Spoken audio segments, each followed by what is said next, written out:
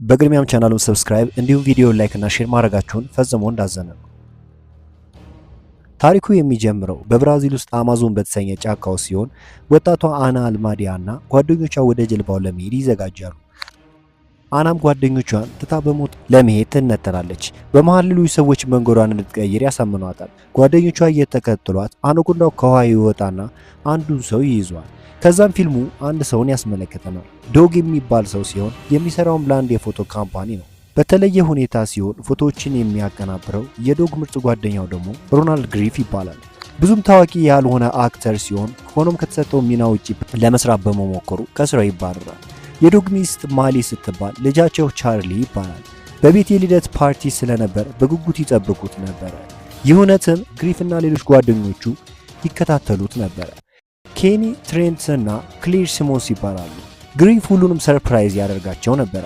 የአራቱን ጓደኛሞች በህፃንነታቸው የነበራቸውን ምስል ሊያሳያቸው እንደሆነ ይነግራቸዋል። ሁሉም ሰዎች አንድ ላይ ሆኖ በጉጉት ይመለከቱት ጀመረ። በሚቀጥለው ቀን ቁርስ ለመብላት አንድ ላይ ይሰባሰባሉ። ስለሚወዱት ፊልም የሚያወሩ ነበረ።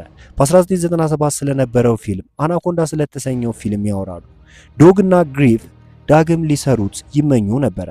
ግሪፍ አናኮንዳውን የመስራት መብት እንዳለውና ሁሌም ህልማቸው የሆነውን ፊልም የመስራት እቅድ እንዳለው ይነግረዋል። ኬኒና ክሌር ፕሮጀክታቸውን ለመቀላቀል ፈቃደኛ እንደሆኑ ይናገራሉ። አሁን ባለው ህይወታቸውም ደስተኛ እንዳልሆኑ ያወሩ ነበረ። በተለይም ደግሞ ኬኒ። ሆኖም ዶግ ፕሮጀክቱ አደጋ እንዳለው ያምን ነበረ።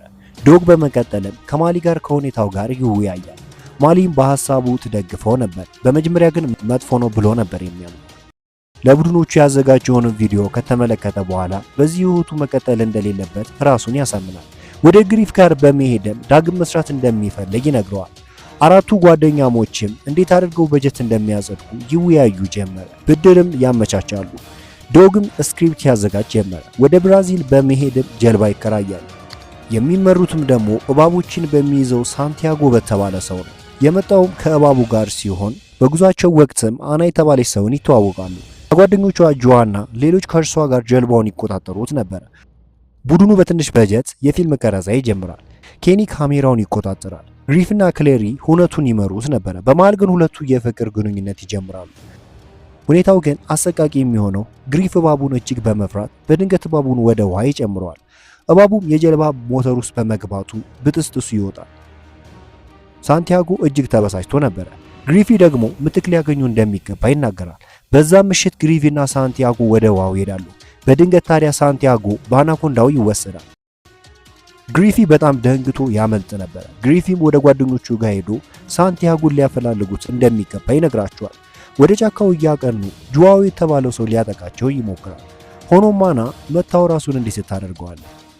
በመቀጠልም ጆዋው አደገኛ የሆኑት የማዕድን ቆፋሪ ቡድን አባል እንደሆነ ነገረቻቸው። ቡድኑ በመቀጠልም አነስ ያለ መጠለያ ውስጥ ይጠለላል። በድንገት ግን የሳንቲያጎን ሰውነት በአናኮንዳው ሲመለከቱ በጣም ይደነግጣሉ። ፊት ለፊትም አናኮንዳውን ይመለከቱት ነበረ። በሚገርም ሁኔታ ግን አላጠቃቸውም። ዶግ ሞተሩ እየሰራ ስላልነበር ለመስራት ወደ ውጭ ይወጣል። ታዲያ ድንገት አናኮንዳውም ይመጣል። ቡድኑ ግን ከአደጋው ማምለጥ ይችላል። ጆዋው ይከተላቸው ነበረ። ቡድኑም ፕሮጀክቱን የመቀጠል ሐሳብ ነበራቸው። ፊልም መስራታቸውን ይቀጥላሉ። አና ለሁሉም የምታበረታታቸው ስትሆን አጠቃላይ ያላት ብቃት የተለየ ነበረ። በመሃል ግን በግሪፍና በዶግ መሃል አለመተማመን ይነሳል። ዶግም የራሱን እይታና ጥቅም ያስቀድማል ብሎ ያስብ ነበረ። ሁነቱ እጅግ የሚከፋው ደግሞ ሌላ ቡድን ፊልም ለመስራት ወደ ስፍራው ይመጣል። በመሃል ታዲያ ግሪፊ ይህንን ሁሉ ያደረገው ከነበረበት ህይወት ለመውጣት እንጂ ፊልሙን የመስራት መብት ኖሮት እንዳልሆነ ይናገራል። በዚህም ዶግና ግሪፍ ይጨቃጨቃሉ። ግሪፍም በዚህ ተበሳጭቶ ወደ ትንሿ ጀልባ በመሄድ መቅዘፍ ይጀምራል። በድንገት ታዲያ የሰራተኞቹን ጀልባ ያገኛል። ሙሉ ለሙሉ በሚባል ሁኔታ ድምጥምጡ ወጥቶ ነበር። ድንገት ታዲያ አንድ ሰው ይመለከታል። ከቆይታ በኋላ ግን አናኮንዳው መጥቶ ይውጣታል። ግሪፊ በሁኔታው ተደናግጦ ወደ ጓደኞቹ ለመመለስ ይወስናል። ታዲያ አና ከማዕድን ቆፋሪዎች ውስጥ አንዷ እንደሆነች በመናገር መሳሪያ ትደቅንባቸዋለች። ጆዋው ደግሞ ፖሊስ እንደሆነና ሊያስራት ሙከራ እያደረገ እንደሆነ ታወቀ። ዶግ ኬኒና ክሌር ላይ መሳሪያ ደቅና ወርቁን ወደ ጀልባው እንዲወስዱ ትጠይቃቸዋለች። በመሃል ታዲያ ጆ ሊይዛት ይሞክራል። በድንገት ከየት መጣ ሳይባል ግሪፊ የጆውን እግር ይመተዋል። ያንን አጋጣሚም ተጠቅማ አና ጆን ትገለዋለች። በመቀጠልም መሳሪያዋን ወደ ክሌር ታዞራለች።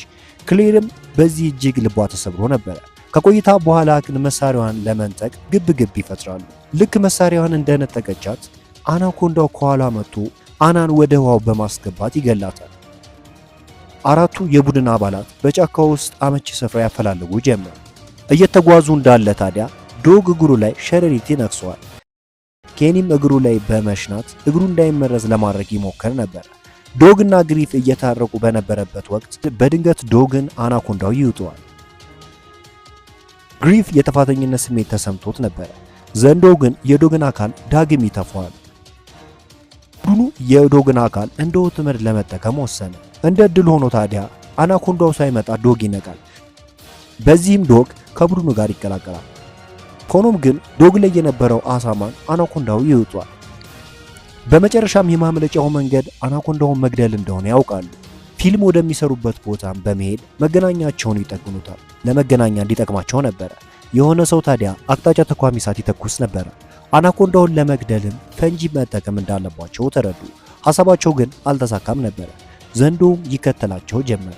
ግሪፊ ወደ ታንኩ ሲተኩስ ከፍተኛ ፍንዳታ ይፈጠራል። የአናኮንዳውን ሰውነትን ይበጣጥሰዋል። አንገቱ ብቻ ተርፎ ነበር። ሆኖም ዶግ የመጨረሻውን ተኩስ በመተኮስ ይገለዋል። ጓደኛሞቹ በዚህ ምክንያት መትረፍ ችለው ነበር። በመጨረሻም ፊልሙን ዳግም መስራት ይችላሉ። ጥሩ የሆነ እይታም ነበረው። በፊልሙ ማገባደጃ ላይ ግሪፊና ክሌሪ ይጋባሉ። ሁሉም በሚባል ሁኔታ ጥሩ ህይወቱን ይኖሩ ጀመር። ፊልሙ ሲያልቅ ግን የሚያስገርመው ሳንቲያጎ አለመሞቱን ያሳይ ነበር። የዚህን ፊልም ሌላ ክፍል በሌላ ቪዲዮ ይዘን የምንመለስ ይሆናል። አብራችሁን ስለቆያችሁ ከልብ እናመሰግናለን።